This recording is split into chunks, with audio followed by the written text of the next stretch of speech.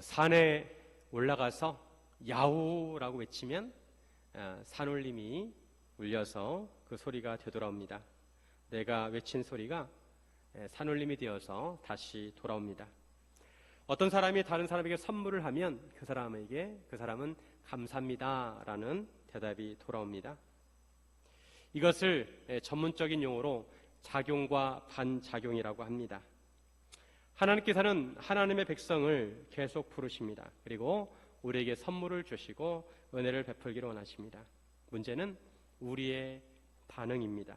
우리가 하나님 나라에 들어가려면 하나님의 뜻과 방법에 따라서 들어가야 합니다. 앞에서 예수님께서는 비유를 통해서 이스라엘 백성이 하나님께 얼마나 불순종하는지 말씀하셨습니다. 이스라엘 백성은 하나님의 선택을 받은 민족이라는 자부심을 가지고 있었습니다. 그들은 하나님으로부터 율법을 받았습니다. 하지만 그들은 아버지가 얘야 오늘 포도원에 좀 가라 이렇게 얘기할 때 네 알겠습니다 라고 대답을 했지만 가지 않은 아들과 같았습니다.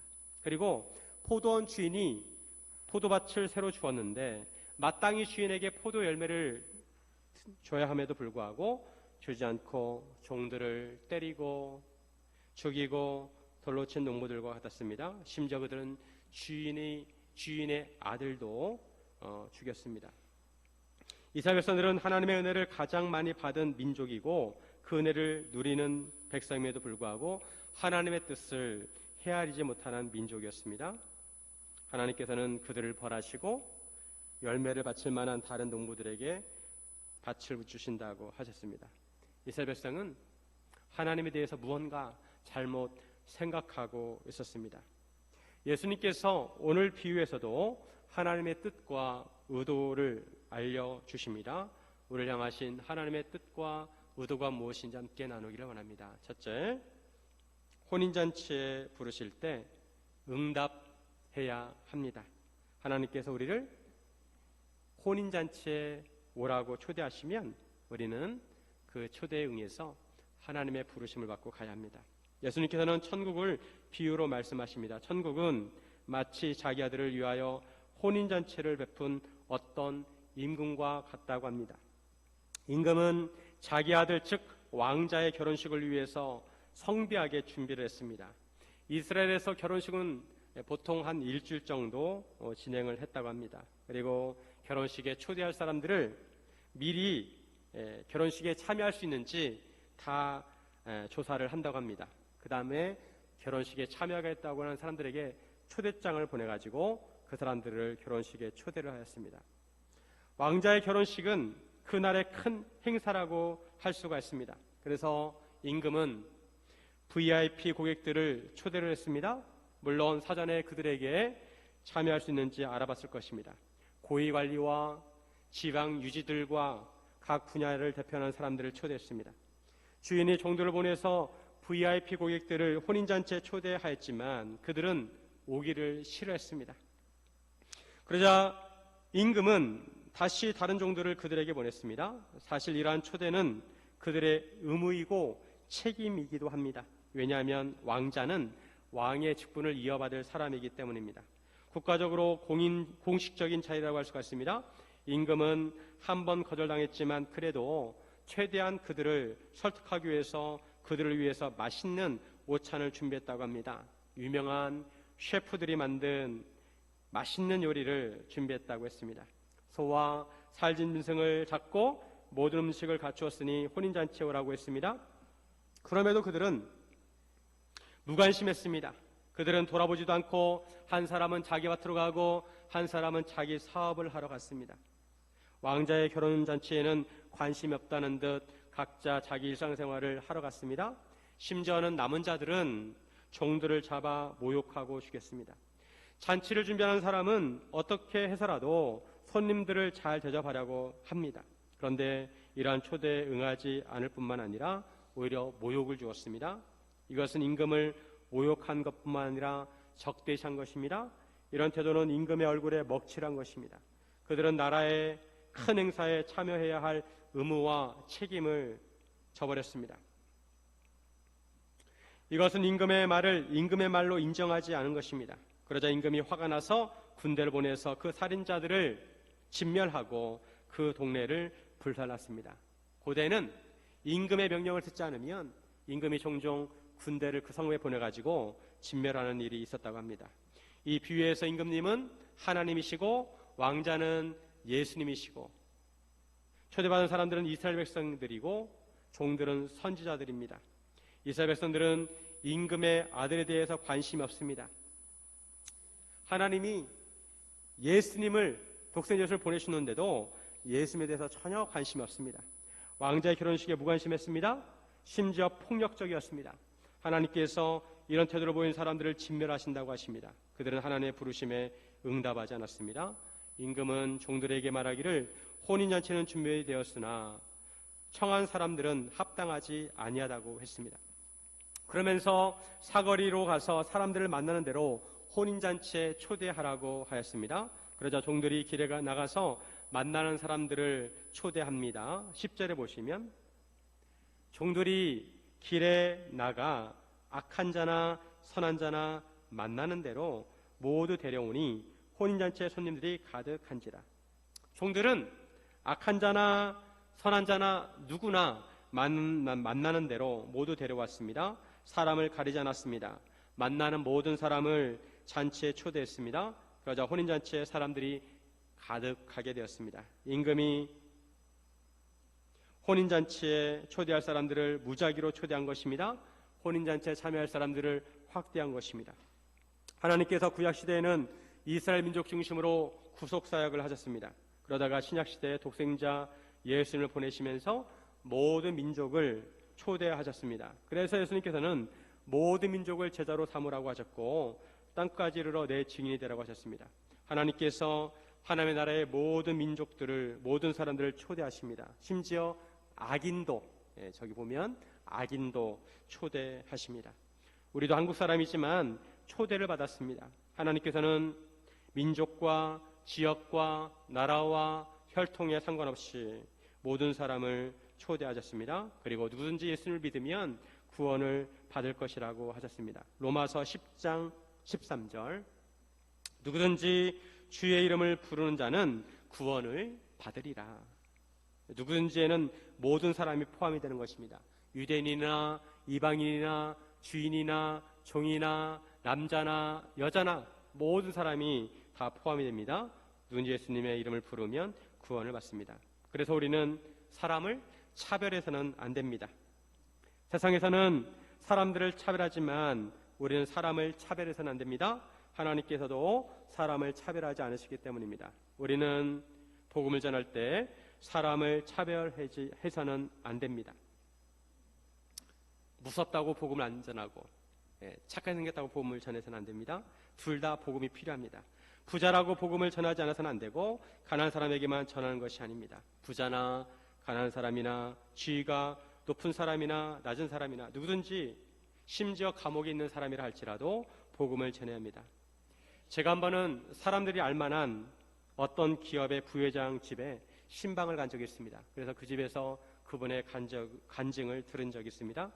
이분이 어떤 이단 단체가 그분을 포섭하려고 초대를 했다고 합니다. 대전에 있는 아주 궁궐 같은 곳에 초대를 해가지고 극장이 있는데 극장에 그분만 계신 거예요.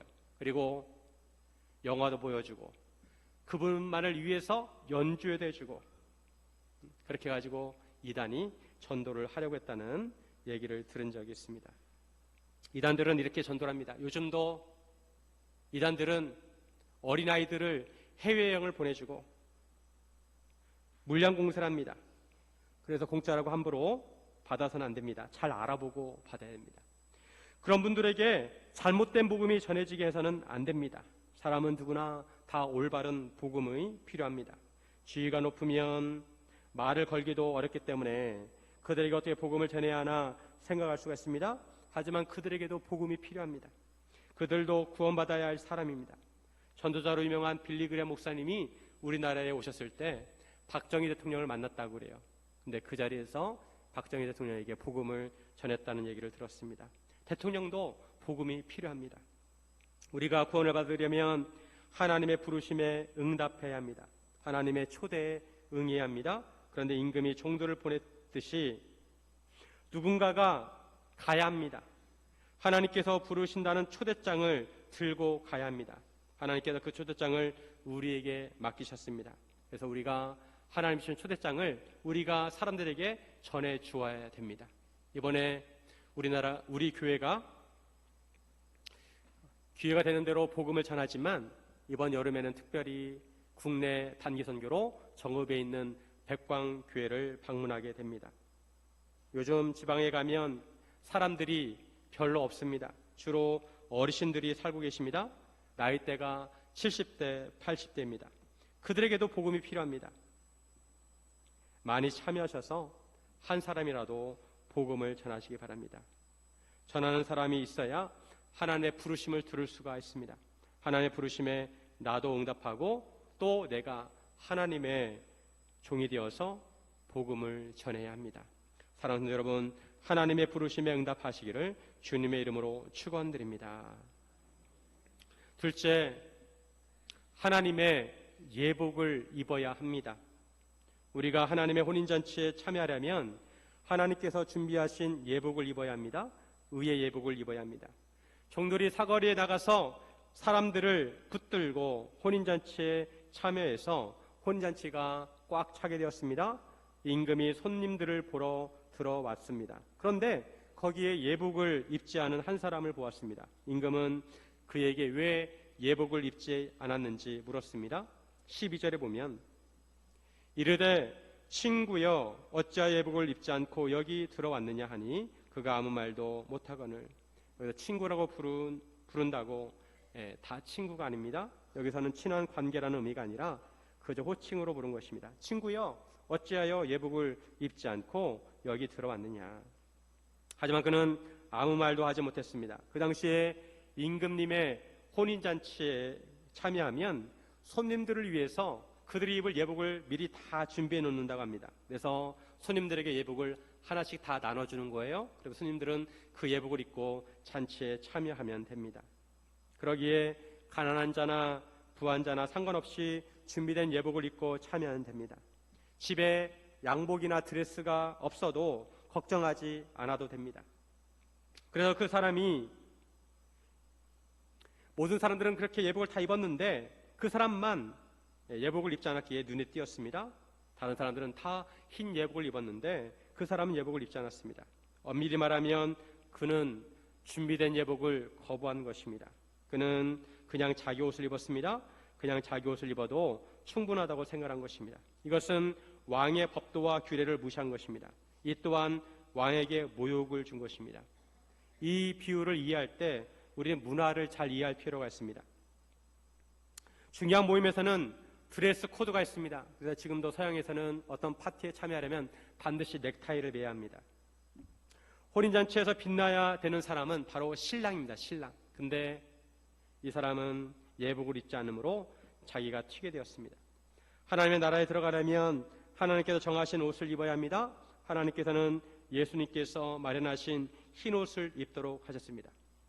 인간은 죄인이기에 그냥 하나님 나라에 들어갈 수가 없습니다. 예수님의 십자가 보혈로 깨끗하게 한 후에 들어가야 합니다. 그런데 자기 옷을 입고 들어간 사람은 이런 예수님을 의지하지 아니하고 자기 의를 의지한 것입니다. 자기 의로 충분히 가능하다고 생각한 것입니다. 하지만 하나님께서는 그것을 인정하지 않으십니다. 유대인들은 자기 의가 강했습니다. 자기 나름대로 율법을 해석하고 세부적인 규칙을 만들어 지켰습니다. 그래서 그 규칙을 지키는 사람은 의인이고 그렇지 못한 사람은 부정하게 생각을 했습니다. 하지만 이런 유대인의 의는 자기 의를 의지한 것입니다. 자기 의를 가지고는 하나님의 나라에 들어갈 수가 없습니다. 예수님의 의를 의지해야 하나님의 나라에 들어갈 수가 있습니다. 임금은 사원들에게 그의 손발을 묶어 바깥 어두운 데에 내던지라고 합니다. 거기서 슬피 우며 이를 갈게 될 것이라고 합니다. 예수님의 비유에서 심판을 받는 자들은 바깥 어두운 데 내던지게 됩니다. 그리고 거기서 슬피 울며 이를 갑니다. 자기들이 그런 처벌을 받은 것을 여전히 수긍하지 못하고 억울하다는 것입니다. 자기가 단단해서 깨지지 않습니다. 여전히 하나님의 의를 받아들이지 않습니다. 앞에서도 그렇지만 하나님의 말씀에 따르지 않는 자는 처벌을 받습니다. 청함을 받은 자는 많지만 택함을 입은 자는 적습니다. 14절에 보시면 청함을 받은 자는 많되 택함을 입은 자는 적으니라. 초대받은 사람은 많지만 선택된 사람은 적습니다. 누구나 예수님을 믿을 수는 있지만 아무나 예수님을 믿을 수 있는 것은 아닙니다. 오직 하나님의 선택을 받은 사람만이 구원을 받을 수 있습니다. 하나님께서 창세전에 우리를 구원하시려고 선택하셨습니다. 그렇다고 우리의 선택이나 인격을 무시하신 것이 아닙니다. 하나님께서 창세전에 우리를 선택하셨다는 것은 하나님의 섭리적인 차원입니다. 하나님의 섭리는 우리가 다 이해할 수 없습니다. 하지만 인간의 입장에서 보면 하나님께서 충분히 인간에게 선택할 수 있는 기회를 주신다는 것입니다. 원래 초대장을 주기로 한 사람들이 있었지만 그들은 거절했습니다. 그저 사거리에 나가서 지나가는 모든 사람들을 혼인잔치에 초대를 했습니다. 약한 사람이든 악한 사람이든 선한 사람이든 누구든지 잔치에 참여하게 하였습니다. 이것은 모든 사람에게 구원의 기회를 주신다는 것입니다. 하지만 그렇게 혼인잔치에 왔다 하더라도 다 구원에 이르는 것은 아닙니다. 하나님께서 정하신 언약대로 해야 합니다. 하나님께서 정하신 언약대로 예복을 입어야 합니다. 그것은 바로 예수님을 믿는 것입니다. 예수님께서 우리를 죄로부터 구원하시기 위해 십자가에 달려 돌아가셨다가 3일 만에 부활하신 것을 믿어야 합니다. 이런 믿음을 가져야 그 사람이 의롭게 여겨지고 흰옷을 입게 되는 것입니다. 즉 하나님께서 인정하시는 의는 예수 그리스도를 믿는 믿음으로 말미암는 의입니다. 로마서 3장 30절에 할례자도 믿음으로 말미암아 또한 무할례자도 믿음으로 말미암아 의롭다 하실 하나님은 한 분이시니라. 할례자도 믿음으로 말미암아 의롭다함을 얻고 무할례자도 믿음으로 말미암아 의롭다함을 얻습니다. 그리고 이런 믿음을 가진 자는 흰옷을 입습니다. 요한계시록 3장 5절 같이 한번 읽습니다. 이기는 자는 이와 같이 흰옷을 입을 것이요 내가 그 이름을 생명책에서 결코 지우지 아니하고 그 이름을 내 아버지 앞과 그의 천사들 앞에서 시인하리라. 믿음을 끝까지 지키는 자는 흰옷을 입을 것이라고 하십니다. 반면에 잔치의 초대를 받고도 복음을 거부하거나 예수님을 진심으로 믿지 않으면 그 사람은 임금이 준비한 예복을 거부한 사람입니다. 그는 자기 옷을 입고 잔치에 참여한 것입니다. 예수를 믿지 않는 사람들은 자기 의를 의지한 사람입니다. 하지만 자기 의로 의롭다함을 받을 인간이 아무도 없습니다. 그처럼 인정을 받으려면 하나님처럼 의로워야 합니다. 그런데 사람 중에 하나님처럼 의로운 사람이 없습니다. 유대인들도 여기에 해당이 됩니다. 그들은 나름대로 율법을 지켰지만 의롭다고 생각했지만 그렇게 의롭다함을 받을 수가 없었습니다. 로마서 3장 28절 그러므로 사람이 의롭다 하심을 얻는 것은 율법의 행위에 있지 않고 믿음으로 되는 줄 우리가 인정하노라. 율법의 행위가 아니라 믿음으로 의롭다함을 받습니다. 주변에 보면 교회를 다니지 않지만 선한 사람들이 있습니다. 오히려 교회 다니는 사람들보다 더 착한 사람이 있습니다. 자기의 신념을 가지고 나름대로 의롭게 살려고 합니다. 하지만 그렇게 해서 의롭다 하심을 받지 못한다고 말씀합니다. 인간이 아무리 깨끗한다고 하더라도 성경에서는 모든 인간은 죄인이라고 말씀합니다. 인간의 기준이 아니라 하나님의 기준으로 평가하기 때문입니다. 그래서 우리는 하나님께서 준비하신 예복을 입어야 합니다. 예수님을 믿어야 합니다. 사랑하는 성도 여러분, 하나님의 예복을 믿으시기를 주님의 이름으로 축원드립니다. 셋째, 하나님의 것은 하나님께 바쳐야 합니다.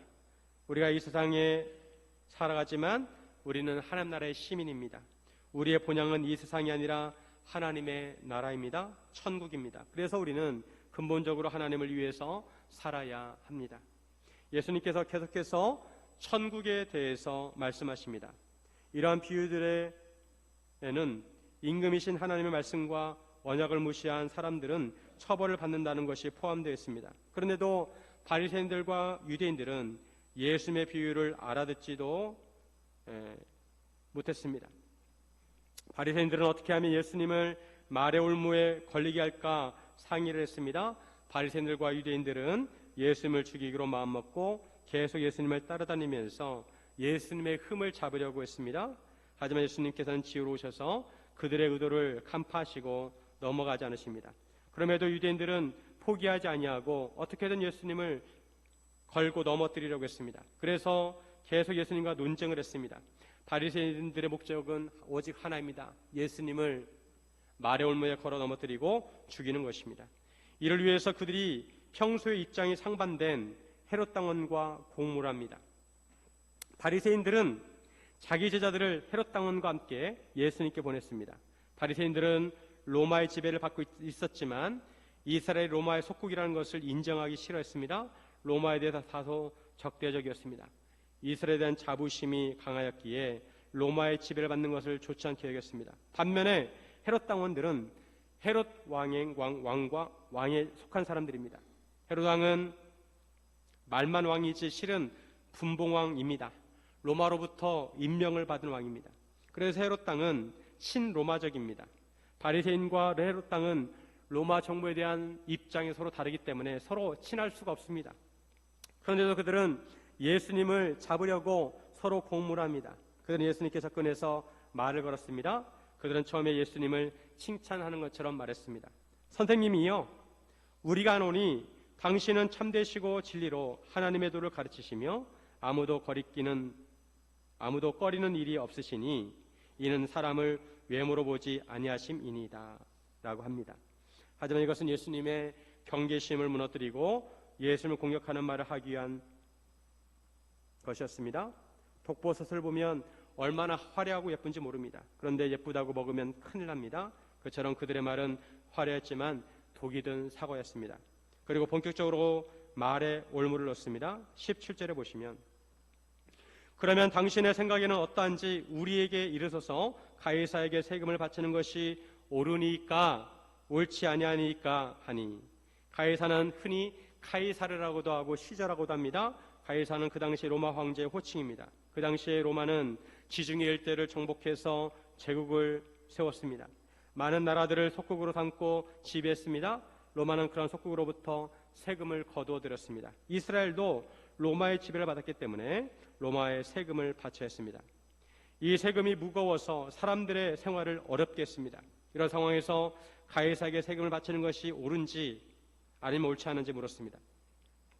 만약에 가이사에게 세금을 바치는 것이 옳다고 하면 신로마적인 헤롯 당은 좋아하지만 바리새인들은 싫어할 것입니다. 반면에 가이사에게 세금을 바치는 것이 옳지 않다고 하면 바리새인들은 좋아하겠지만 이것은 로마 정책에 반대하는 것이기에 잡혀갈 수 있습니다. 예수님 입장에서 어느 쪽을 택하여도 반발하는 사람들이 생깁니다. 바리새인들과 헤롯 당원들은 아주 교묘하게 질문했습니다. 예수님께서는 그들의 악함을 아시고 그들을 외식한 자라고 하십니다. 그러면서 어찌하여 나를 시험하느냐라고 하십니다. 그러시면서 세금 낼 돈을 내게 보이라고 하십니다. 그러자 그들이 데나리온 하나를 가져왔습니다. 데나리온은 로마 화폐입니다. 예수님께서 데나리온을 가져오라고 하신 것을 보면 예수님은 데나리온을 가지고 있지 않으셨습니다. 반면에 바리새인들이 데나리온을 가져왔다는 것은 그들의 모순된 삶을 보여줍니다. 그들이 로마에 대해서 비판하고 로마의 것을 사용하지 않는 것처럼 말을 하지만 실상 그들도 로마의 화폐를 사용하고 있다는 것입니다. 예수님께서는 데나리온에 있는 형상과 글이 누구의 것인지 물으셨습니다. 요즘 동전을 잘 사용하지 않지만 우리나라 100원짜리 동전을 보면 이순신 장군의 초상이 있고 한국은행이라고 쓰여 있습니다. 그처럼 데나리온에도 한 면에 티베리우스 가이사의 초상이 있고 존엄한 신의 존엄한 아들 티베리우스 가이사라는 글이 기록되어 있습니다. 그리고 그 뒷면에는 지극히 높은 사제라고 기록되어 있습니다. 황제가 대제사장이라는 것입니다. 그래서 유대인 입장에서 이런 데나리온을 사용하면 우상 숭배로 비춰질 수가 있습니다. 그때 예수님께서 이렇게 말씀하십니다. 21절에 같이 한번 있습니다. 이르되 가이사의 것이니이다. 이에 이르시되 그런즉 가이사의 것은 가이사에게 하나님의 것은 하나님께 바치라 하시니 가이사의 것은 가이사에게 하나님의 것은 하나님께 바치라고 하십니다. 가이사는 세상의 왕입니다. 가이사는 로마의 황제로서 그가 지배하는 영역이 있습니다. 가이사는 자기가 지배하는 땅에서 자기의 통치 원리를 가지고 지배를 합니다. 그래서 화폐도 데나리온을 사용하도록 했습니다. 가이사의 지배를 받고 있는 사람들은 가이사에게 세금을 바치라는 것입니다. 그리고 하나님의 것은 하나님께 바쳐야 합니다. 가이사에게 속한 것은 가이사에게 바치고 하나님께 속한 것은 하나님께 바쳐야 합니다. 이 말씀을 얼핏 들으면 세상의 영역과 하나님의 영역이 나뉘어져 있는 것처럼 생각됩니다. 우리가 믿음을 가지고 신앙생활을 할 때 세상의 영역과 하나님의 영역이 있습니다. 교회는 하나님의 영역에 속하였기에 교회에서는 하나님 말씀을 중심으로 생각하고 하나님의 뜻을 따르려고 합니다. 하지만 세상에서는 세상의 법이 있고 제도가 있습니다. 그래서 우리가 세상에서 살아갈 때 세상의 법과 제도를 따라야 합니다. 주민세도 되고 자동차세도 돼야 합니다. 그런데 문제는 하나님의 법과 세상의 법이 서로 부딪힐 때입니다. 성경에서는 세상의 권력을 기본적으로 존중하라고 말씀합니다. 왜냐하면 세상의 권력이 하나님으로부터 왔기 때문입니다. 세상의 왕들과 통치자들을 하나님께서 세우셨습니다.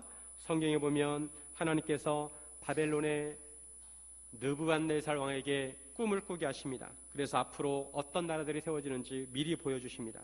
하나님께서 세상의 왕들도 사용하신다는 것입니다. 세상의 권력자나 통치자도 하나님께서 세우셨기에 기본적으로 그 권력과 통치를 존중하라고 말씀합니다. 사도 바울은 권력자와 통치자를 위해서 기도하라고 했습니다. 사도 바울 당시 로마 황제는 네로였습니다. 하지만 하나님의 법과 세상의 법이 충돌할 때 어떻게 해야 할까요? 물론 하나님의 법에 우선순위를 두어야 합니다. 성도는 하나님의 법을 따라야 합니다. 가이사의 것은 가이사에게, 하나님의 것은 하나님께 바치라는 말씀을 얼핏 보면 가이사의 영역과 하나님의 영역이 나뉘어져 있는 것처럼 보입니다. 하지만 실상은 모든 것이 하나님의 것입니다. 모든 것이 하나님으로부터 나왔습니다. 가이사의 권력도 하나님으로부터 나왔습니다. 그러므로 궁극적으로 하나님을 섬겨야 합니다. 우리가 사는 세상은 하나님의 영역과 세상의 영역으로 나눌 수 있지만 궁극적으로 모든 것이 하나님으로부터 왔습니다. 하나님으로부터 비롯되었습니다. 로마서 11장 36절. 이는 만물이 주에게서 나오고 주로 말미암고 주에게로 돌아갑니다. 그에게 영광이 쇠쇠 있을지어다. 아멘. 하나님께서는 만물의 주관자이십니다. 그래서 모든 사람은 하나님을 경외해야 하고 하나님의 법에 따라야 하고 하나님 말씀대로 살아야 합니다. 이것을 인정하는 사람이라면 예수님을 주님으로 고백하고 왕으로 모셔야 합니다. 예수님께서는 이런 하나님의 나라를 만드시려고 오셨습니다. 하나님께서 세상을 창조하시고 인간을 만드셨습니다. 인간에게 잘 살라고 에덴 동산을 만들어 주셨습니다. 그런데 인간이 죄를 지어서 에덴 동산에 쫓겨나게 되었습니다. 에덴 동산에 쫓겨난 인간들은 죄와 사망의 권세 아래 놓이게 되었습니다. 지금도 이 세상은 죄와 사망 가운데 있습니다. 예수님께서 이 세상에 빛으로 오셨습니다. 죄와 사망의 권세로부터 인간을 해방시키기 위해서 오셨습니다. 예수님께서는 우리에게 십자가의 복음을 전해주셨습니다. 예수님의 복음을 듣고 예수 믿는 자는 구원을 받을 것이고 예수님의 복음을 듣고도 믿기를 거부하는 자는 구원을 받지 못할 것입니다. 성도는 예수님과 함께 하나님의 나라를 세워야 합니다. 오늘 본문을 큰 틀로 보면 하나님과 하나님의 나라와 하나님의 말씀과 하나님의 역사를 존중하느냐, 아니면 세상의 나라와 자기 자신의 왕국을 더 중요하게 생각하느냐의 문제입니다. 하나님께서는 세상 마지막 날에 어린 양의 혼인잔치를 준비하고 계십니다. 요한계시록 19장 7절과 8절을 보시면 우리가 즐거워하고 크게 기뻐하며 그에게 영광을 돌리세 어린 양의 혼인의 기약이 이르렀고 그의 아내가 자기를 준비하였으므로 그에게 빛나고 깨끗한 세마포 옷을 입도록 허락하셨으니 이 세마포 옷은 성도들의 옳은 행실이로다 하더라. 예수님께서 신랑이시고 우리는 신부입니다. 하나님께서는 우리를 하나님의 혼인잔치에 초대하십니다. 그런데 사람들은 자기의 일을 더 중요하게 생각합니다. 하나님의 부르심에 응답하지 아니하고 하나님의 부르심보다 자기 내면의 소리에 더 귀를 기울입니다. 그래서 자기 밭으로 가고 자기 사업을 하러 갑니다. 하나님께 예배를 드리는 것보다 밭에 가서 일하는 것을 더 중요하게 생각하고 하나님의 말씀을 듣는 것보다 장사를 하거나 자기 사업 파트너를 만나는 것을 더 중요하게 생각합니다. 하지만 노아의 홍수 때 사람들은 하나님의 부르심을 외면하고 장가가고 시집가고 세상 일에 몰두하다가 멸망을 당했습니다. 천국에 들어가려면 하나님의 부르심에 응답해야 합니다. 그리고 하나님의 혼인잔치에 참여하려면 세마포 옷을 입어야 하는데도 여전히 자기의가 강해서 자기의를 고집합니다. 하나님께서 의롭게 여기시도록 해야 하는데 자기 기준으로 의롭게 되려고 합니다. 중요한 것은 하나님께 청함을 받은 사람은 하나님께서 합당하게 여기셔야 합니다. 하나님께 준비하신 예복을 입어야 합니다. 세상의 도덕과 윤리가 아니라 하나님의 말씀으로 의롭게 되어야 합니다. 그럼에도 여전히 세상의 기준과 세상의 가치관을 가지고 사는 사람들은 합당하지 않습니다. 그리고 누구를 나의 왕으로 삼을 것인가, 누구를 왕으로 섬길 것인가입니다. 하나님을 왕으로 섬길 것인가, 아니면 세상의 왕을 섬길 것인가, 하나님의 왕국을 만들 것인가, 아니면 자신의 왕국을 만들 것인가. 우리가 신앙생활을 하면서 조심해야 할 것은 또 다른 가이사를 만드는 것입니다. 우리가 예수님을 믿으면서도 하나님의 나라 안에 자신의 왕국을 만들려고 합니다. 자기 자신이 가이사가 되려는 것입니다. 자기의 기준을 가지고 자기의 인력과 소유를 만들려고 합니다. 자기의 왕국을 만들려고 합니다. 하나님의 것을 하나님께 바치라는 것은 이러한 자신의 왕국을 허물고 하나님을 인정하라는 것입니다. 오늘은 맥주감사주일입니다. 올해도 절반이 지났는데 지난 상반기 동안 하나님께서 우리에게 많은 은혜를 부어주셨습니다. 하나님께서는 우리에게 범사에 감사하라고 하십니다. 우리가 어떻게 해야 범사에 감사할 수가 있을까요? 감사와 불평은 종이 한 장 차이입니다. 감사는 당연하게 여기느냐 아니면 당연하게 여기지 않느냐, 이 차이입니다. 당연하게 여기면 감사할 것이 없습니다. 반면에 당연하게 여기지 않으면 감사할 수 있습니다. 모든 것이 은혜이기 때문입니다.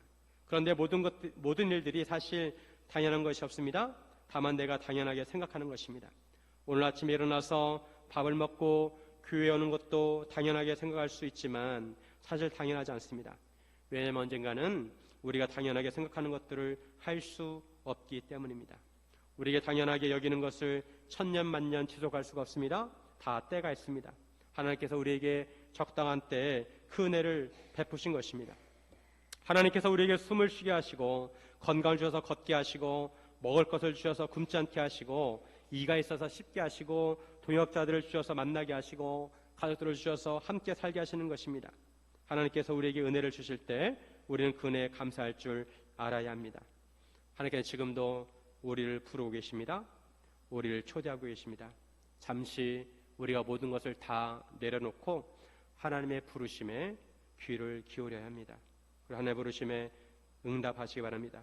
우리는 언제라도 하나님께서 부르실 때 예라고 대답하고 하나님께 달려가야 합니다. 그리고 하나님께서 우리에게 받기 원하신 것은 우리의 마음입니다. 우리가 우리 마음을 하나님께 드리기를 원합니다. 사랑하는 여러분, 하나님의 부르심에 응답하시기를 주님의 이름으로 축원드립니다.